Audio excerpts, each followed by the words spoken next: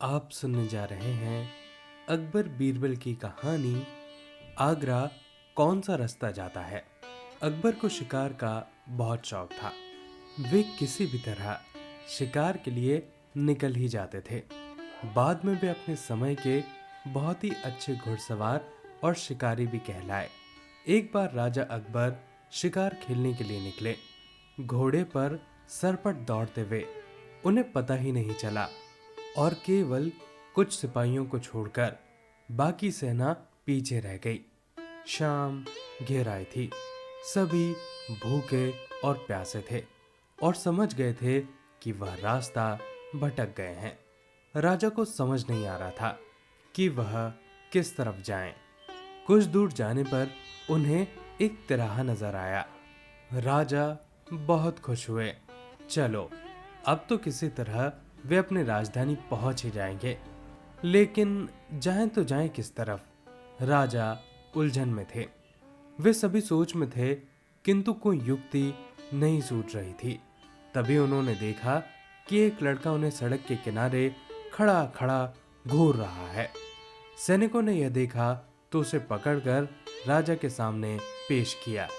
राजा ने कड़कती आवाज में पूछा, ए लड़के, आगरा के लिए कौन सी सड़क जाती है?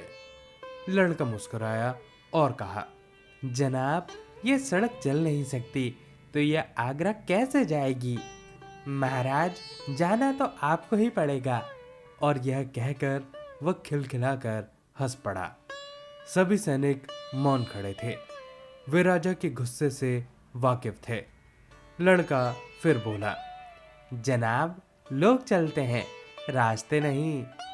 ये सुनकर इस बार राजा मुस्कुराए और कहा, तुम ठीक कह रहे हो। तुम्हारा नाम क्या है? अकबर ने पूछा। मेरा नाम महेश दास है महाराज, लड़के ने उत्तर दिया। और आप कौन हैं? अकबर ने अपनी अंगूठी निकालकर महेश दास को देते हुए कहा, तुम महाराज अकबर, हिंदुस्तान के सम्राट से बात कर रहे हो। मुझे निडर लोग पसंद हैं। तुम मेरे दरबार में आना और मुझे ये अंगूठी दिखाना। ये अंगूठी देखकर मैं तुम्हें पहचान लूंगा। अब तुम मुझे बताओ कि मैं किस रास्ते पर चलूं ताकि मैं आगरा पहुंच जाऊं। महेश दास ने सर झुकाकर आगरा का रास्ता बता दिया और जाते हुए सम्राट को देखता रहा। और इस तरह अकबर को भविष्य के बीरबल मिल सके।